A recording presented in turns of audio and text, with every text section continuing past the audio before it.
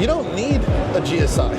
You know, you don't need active pedals, or you don't need these things, but you want these things because I designed skateboard stuff. I had a skateboard company, so I did skateboard shoes, skateboards, snowboards. So I had some product background, but at this level, the mechanical engineering behind it is a lot higher, so it was a steep learning curve, you know? Intro in Hebrew for my guys in Israel, okay?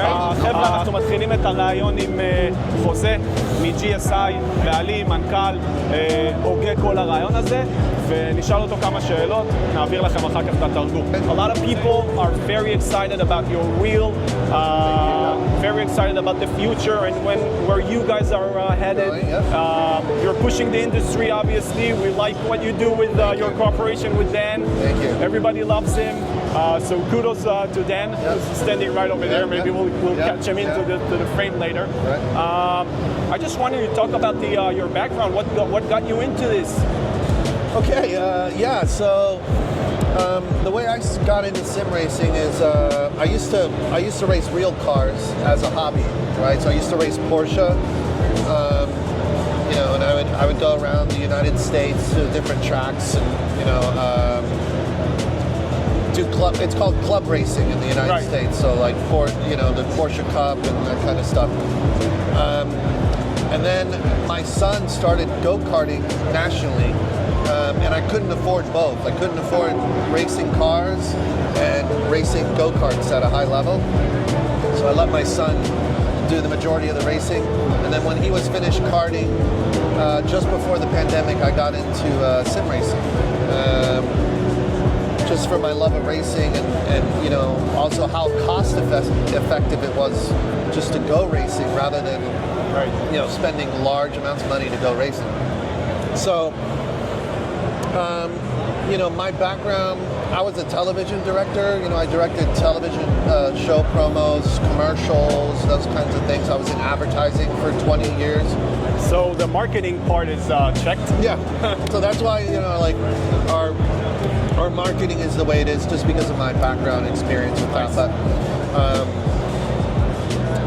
yeah, right before the pandemic, I was still, you know, directing commercials that you see on television or whatever.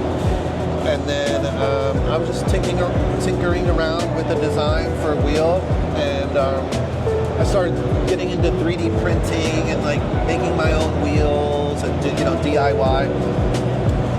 And then I just put up a website, and within the first month it was like just crazy. You know, I think we sold like, I don't know, like 100 wheels or something in the first. And that was, I think, deep into the pandemic, right? Oh, like, yeah, like just before. Yeah, just before. Yeah. I mean, the whole. Yeah, and then, you know, my wife was skeptical because I was like, oh, you know, let's do this, you know, because I was tired of just the grind of traveling so much for work and whatever, and then when, you know, she saw how successful it was, she's like, oh, this is actually could be a real business, you know. So we kind of, you know, started along that path, and then when the pandemic hit, it was like it went from like here to like here. Yeah. You know, it was like boom, boom. You know, and then I just started like developing and learning, and you know, my background is mostly in, you know, live action, animation, photography, and mechanical design. I had designed prior to doing the commercial thing. I designed skateboard stuff. I had a skateboard company, so I did skateboard shoes, skateboards, snowboards. So I had some product background, but at this level, the mechanical engineering behind it is a lot higher. So it was a steep learning curve, you know. So, you know, if you notice, like from our first iteration of the FPE to the second one, it's like such a leap. Yeah. You know. Just the fit and finish, the quality. Although the first one was really good, because at the time when the Formula Pro Elite came out, it was the only wheel on the market that had a screen. The one prior was the Cube controls are over here, and they lost their screen supply. So for a year, we were the only wheel that had a screen. Now, you know, there's screen wheels everywhere. But that really gave us a little bit of a, let's say, a springboard. Yeah. It kind of gave us a little bit of a bump. And then we just started developing and really focusing on ourselves and coming out with a more complete product line. And here we are today, you know, with, you know, we're about 12 to 15 employees, you know, kind of fluctuates in the summer. Sometimes we have, you know, college kids come in and help us. But yeah, no, and we have a warehouse and headquarters in Dallas, Texas. Right.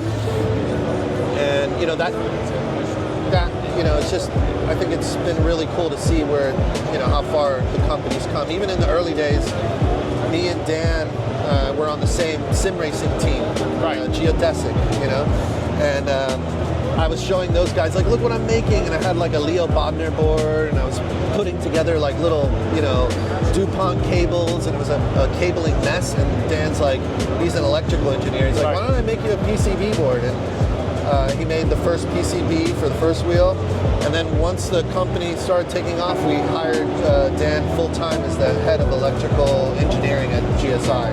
Right. So he's been with us, you know, for the whole time. And he's, you know, a lot of people don't know, you know, a lot of people ask why he doesn't review GSI wheels, and it's because he actually is the guy who makes them. You know, so yeah, I remember some of his older streams where he talked about GSI, this little company that he's doing some electrical work for, and there's one stream where he shows like the PCB board in the first iteration, or something that he's working on with soldering and stuff. You know, the nitty-gritty and the so to see him go through this process and grow with you guys, and I just love, you know, the whole family vibe. What's your product line today? How many wheels do you have? So we have about 6 models right now. You know, we have, and they're in tiers, right? So it's top tier, middle tier, and lower tier. And the, you know, the top tier is obviously the Hyper line. So it's a Hyper P1 with the screen. The Hyper SL. The newest Hyper SL with no screen. Hyper screenless is what that is. Screenless, yeah. So those are the top, and then, you know, our original wheels, but the version 2 now. So it's Formula Pro Elite version 2, and we just came out with the GXL version 2. Right. And then below that is the X29, which is kind of our entry level wheel. It's the all aluminum with the LEDs. And then actually kind of outside of that range is the GT Max, which is the full carbon fiber construction, and you know, that's kind of what we have for the wheel set. That's and then, great. You know, we have obviously the accessories, the hubs, quick releases, those kinds of things. And then just a final question for you, because it interests me in knowing your thought process and what goes into a design, basically. So what do you think makes the perfect wheel in your opinion? Why would you choose that design over another, an open design, a D design, a D cut? Yeah, and I mean, I think with GSI, like the things that you notice, we have a very distinct design language, you know, and it's very heavily influenced with having a motorsport kind of design vocabulary with, you know, there's some design cues that we pull from motorsport, but important for us, I think, is there's 2 things that we've done as a company, right? Is we don't do replicas, you know, that's not our thing. Like replicas are, you know, a lot of people do replicas, and we've always said we always want original design inspired by motorsport, right? And then the other thing that we don't do is like plastic, you know, like plastic body parts, you know, to bring the price down and stuff. So the kind of the ethos for the design in our wheels is really and like anything, design is subjective, right? It's like either you're gonna love the kind of the GSI language, design language, design language, or you know, you're gonna like, you know, maybe you like the Cube wheels, or you like the Asher wheels, you know, like the way that.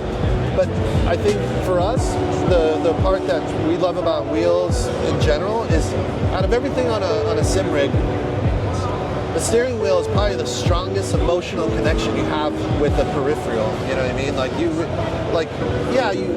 The pedals are absolutely probably more important than more important than the steering wheel, right?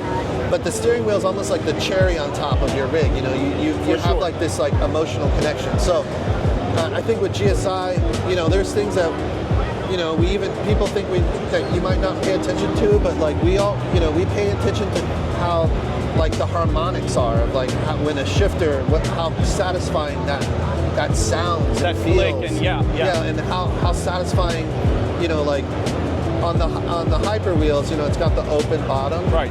And that was a challenge for us because usually we put the grips over the carbon fiber faceplate. But since the Hypers have this open bottom grip design, we had to engineer the back aluminum body to be the interior of the grip. So there's like zero flex. Yeah. So like, you know, if you ever see our wheels, things that you might take for granted, you know, those are things that we're really thinking about, like no 100%. flex, the way it sounds, the way it feels, and you know, tactility is also like really important. Your rotaries are amazing, by the way. It feels like you're streamlining towards high end. You're not in the game for the lower end. For the lower end, that's for sure. I think as GSI, you know, I think the race to the bottom is where we lose. You know, it's like we're not going to win at that level. You know, we're going to win by providing the absolute best a customer can get from a steering wheel. And yeah, some of it's an intangible quality that people don't realize until they hold the wheel. You know, but like when we first started, we had to like pick rotaries and buttons off the open market, you know, like that you would get on Alibaba or something, you know. But now, as you grow as a company and doing the volume that we're doing now, we have the purchasing power to like buy custom, you know, engineer the actual rotary, engineer the actual button. And so all our buttons are custom to us. All our, you know, rotaries are custom to us.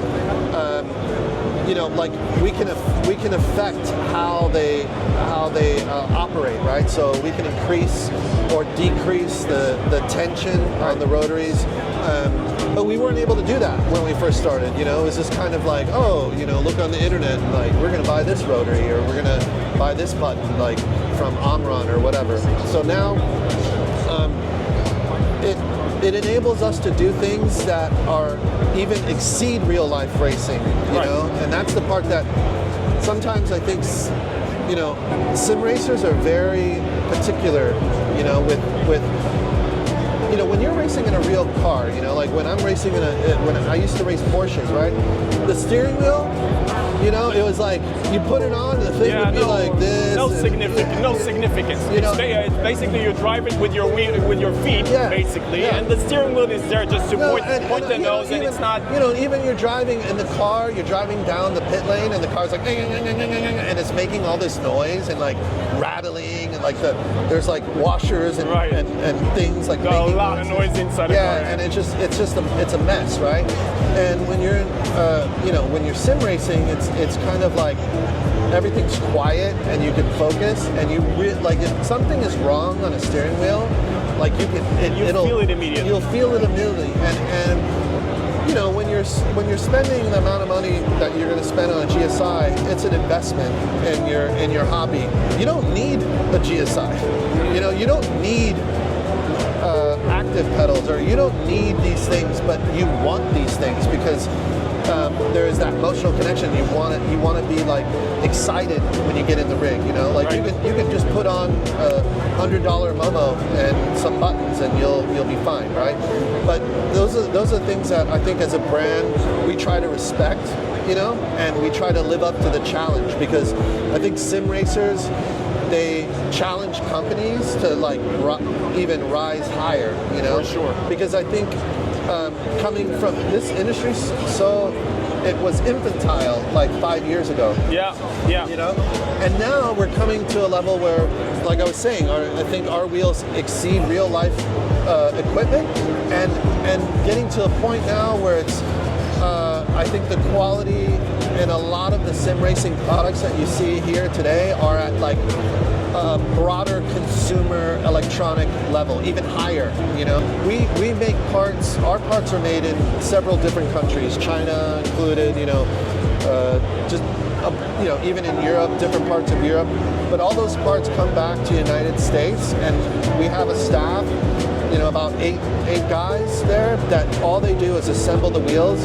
And for us, it's really important because, you know, we're not perfect. No one's perfect. Things happen, things break, and we want to know how we can improve it every time when we're building it and assembling it for somebody. So every GSI is hand assembled by one person, and then quality controlled by two people, right? Nice. So, and you know, I think that's important for us. It's just it's the level of attention to detail.